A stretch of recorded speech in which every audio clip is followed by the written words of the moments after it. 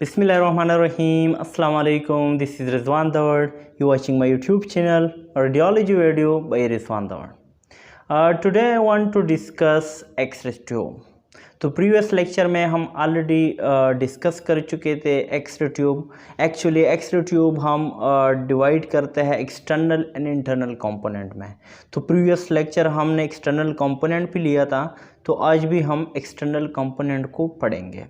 अच्छा, तो ग्लास और मेटल इंक्लोजर को डायग्रामेटिकली ड्रा करते हैं, देखते हैं कि कहाँ पे लाई करते हैं जी, कौन सी मटेरियल से बना है, इनके एडवांटेजेस क्या हैं जी, आजकल कौन सा मेटल इंक्लोजर यूज़ हो रहा है या ग्लास इंक्लोजर यूज़ हो रहा है, तो डिस्कस करते हैं और ड्रा करते हैं।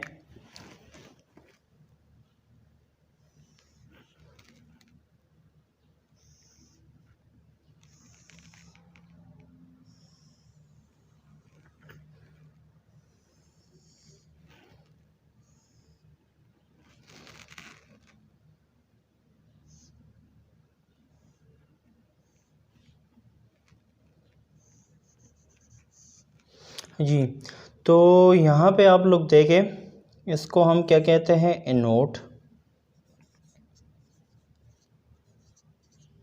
अच्छा, इसको हम क्या कहते हैं, कैथोड।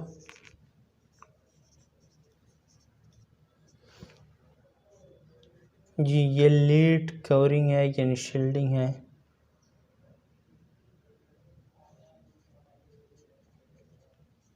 जिसको हम प्रोटेक्टिव हाउसिंग कहते हैं, यानी प्रोटेक्टिव हाउसिंग।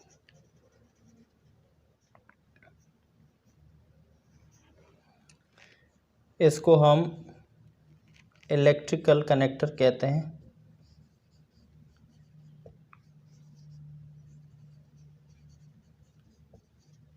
अच्छा,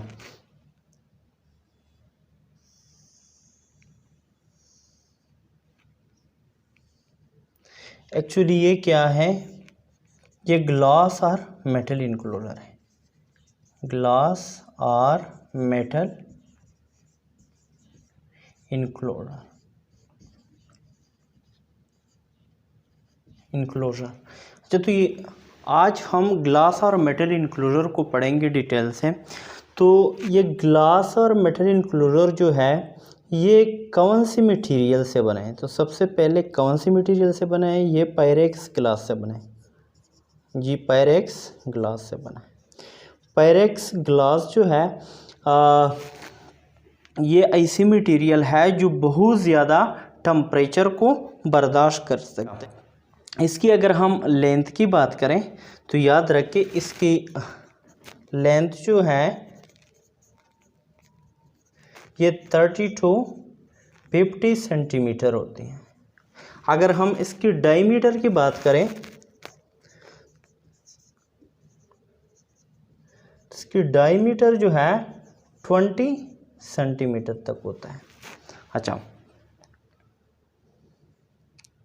इस एरिया को हम क्या कहते हैं, विंडो। ये स्पेशल सेक्शन है जहाँ से जी कैथोड से इलेक्ट्रॉन आएंगे, यहाँ पे स्ट्राइक करेगा तो इसके नतीजे में स्पेशल पोर्शन है जो एक्सरेज बाहर आ रहे हैं, जिसको हम यूजफुल बीम कहते हैं। उस एरिया को हम क्या कहते हैं, विंडो। अच्छा, और इसके इनसाइड दो इलेक्ट्रोड होते हैं, एनोड एंड कैथोड। एनोड के साइड पे पॉजिटिव चार्ज होगा, कैथोड के साइड पे नेगेटिव चार्ज होगा। अच्छा, इसकी लेंथ की हमने बात की कि 30 to 50 सेंटीमीटर इसका लेंथ होता है। इसके डायमीटर की हमने बात की कि इसका डायमीटर जो है वो 20 सेंटीमीटर होता है। अच्छा, तो इसका मेटल इंक्लोजर का मेन काम क्या है? Maintain vacuum in the X-ray tube. Maintain vacuum, याद रखें, जब वैक्यूम मेंटेन होगा तो एक्सरे प्रोडक्शन एफिशिएंट होगा, यानी एफिशिएंट एक्सरे प्रोडक्शन। याद रखें ट्यूब लाइफ जो है वो लॉन्ग हो जाएगा, ट्यूब लाइफ लॉन्गर। अच्छा, ट्यूब मॉडिफिकेशन की बात करते हैं।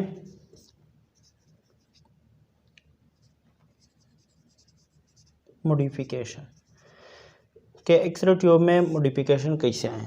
स्टार्ट में क्रॉप ट्यूब था जी, क्रॉप ट्यूब जो था ये वैक्यूम ट्यूब नहीं था, not vacuum tube, no special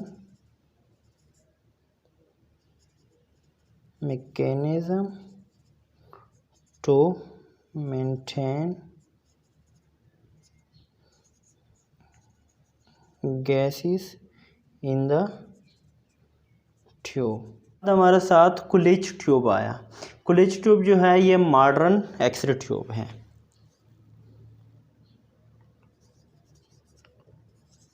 ji, Kulich tube जो था ये मॉडर्न एक्सरे ट्यूब है जी, मॉडर्न एक्सरे ट्यूब जी, ये वैक्यूम ट्यूब था। ये भी बाद में फेल हो गया क्योंकि इसके अंदर ये गैसी बन जाता था, तो इसकी वजह से फिर एक्सरे प्रोडक्शन जो है वो कम पड़ जाती थी, ट्यूब प्लेयर के साइड पे जाता था। मज़ीद एक्सरे ट्यूब के डिज़ाइन में इम्प्रूवमेंट आई, ग्लास इनक्लूडर की बजाय मेटल इनक्लूडर का यूज़ होना स्टार्ट हो गया। कांस्टेंट जो था वो प्राइस हो जाता था, इसके ग्लास के ऊपर इसका कोटिंग आ जाती थी। फिर इलेक्ट्रिकल जो प्रॉपर्टीज़ होते थे इनको अल्टर कर रहा था, यानी जो करंट हम क्लूडर के साथ इंटरेक्शन में आ जाती थी और ट्यूब प्लेयर के साइड पे चला जाता था, तो उसकी बजाय एज ए होल या as a part metal includer use होना स्टार्ट हो गया। तो मेटल इनक्लूडर यूज़ हो रहा है क्योंकि ये इलेक्ट्रिकल पोटेंशियल को कांस्टेंट रखता है, ट्यूब प्लेयर की चांसेस कम होते हैं, ट्यूब लाइफ जो है वो ज़्यादा होती है। अच्छा, जिस एरिया से ये एक्सरेज बाहर निकल रही है, अगर इसकी लेंथ की हम बात करें तो एक्चुअली इसकी लेंथ जो है 5 सेंटीमीटर होती है। अगर इसकी हम थिकनेस की बात करें तो इसकी थिकनेस जो है ये 2 mm होगी। इसका डायमीटर जो है इस वजह से बहुत ज़्यादा थिन होती है ताकि मैक्सिमम एक्सरे जो है वो एक्सरे ट्यूब से बाहर आए जी, कम से कम एक्सरे जो है एक्सरे ट्यूब के अंदर यानी फिल्ट्रेशन के अंदर यहाँ पे ऑब्जर्व हो जाए। अच्छा, इम्पॉर्टेंट पॉइंट्स को समराइज़ करते हैं। ग्लास और metal includer is the part of external component of X-ray tube.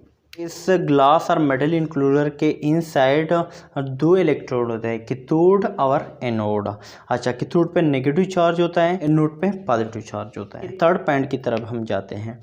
अगर वैक्यूम मेंटेन है तो हमारे पास 2 एडवांटेजेस इसके आ रहे हैं, मोर एफिशिएंट एक्सरे प्रोडक्शन होगा, सेकंड ट्यूब लाइफ जो है वो लॉन्गर होगी, यानी ट्यूब ज़्यादा देर तक चलेगी। पॉइंट की तरफ जाते हैं। लेंथ की अगर बात करें तो 30 to 50 सेंटीमीटर इसका लेंथ होता है। अगर डाईमीटर की हम बात करें तो 20 सेंटीमीटर इसका डाईमीटर होता है, यानी जिसको हम विंडो कहते हैं, इसका जो लेंथ है वो 5 सेंटीमीटर होगी। उसकी डाईमीटर की अगर हम बात करें तो 2 mm होगी, बहुत ज़्यादा थिन होगी ताकि ज़्यादा एक्सरेज जो है वो यहाँ से इमिट हो, कम से कम एक्सरेज यहाँ पे ऑब्जर्व। एक्सरे ट्यूब मॉडिफिकेशन की बात करते हैं। अच्छा, तो एक्सरे ट्यूब में स्टार्ट में क्रॉप ट्यूब था, वो वैक्यूम ट्यूब नहीं था, कोई ख़ास सिस्टम भी नहीं था कि गैस को इसके इनसाइड मेंटेन रखे। फिर कुलिच ट्यूब आया। कुलिच ट्यूब जो है ये मॉडर्न एक्सरे ट्यूब है जी, ये वैक्यूम ट्यूब था। अच्छा, इसके अंदर ग्लास इनक्लूडर लगा हुआ था जी, तो फिर वो टाइम के साथ साथ कांस्टेंट था वो वेपराइज हो जाता था, उसके ग्लास के ऊपर इसका कोटिंग हो जाती थी। फिर जो इलेक्ट्रिकल प्रॉपर्टीज़ थे एक्सरे ट्यूब के वो अल्टर हो जाते थे, उसकी वजह से करंट जो था ग्लास के साथ इंटरेक्शन में आ जाता था, तो इसकी वजह से ट्यूब प्लेयर की साइड पे चला जाता था। फिर ग्लास इनक्लूजर के बजाय मेटल इनक्लूजर होना स्टार्ट हो गया। तो आजकल जितनी भी एडवांस सेटअप्स हैं, जितनी भी एडवांस एक्सरे ट्यूब्स आ रहे हैं, उसके अंदर एज ए पार्ट या as a whole metal enclosure use हो रहा है। It's enough for today. Thank you for watching my YouTube channel. अल्लाह हाफिज़।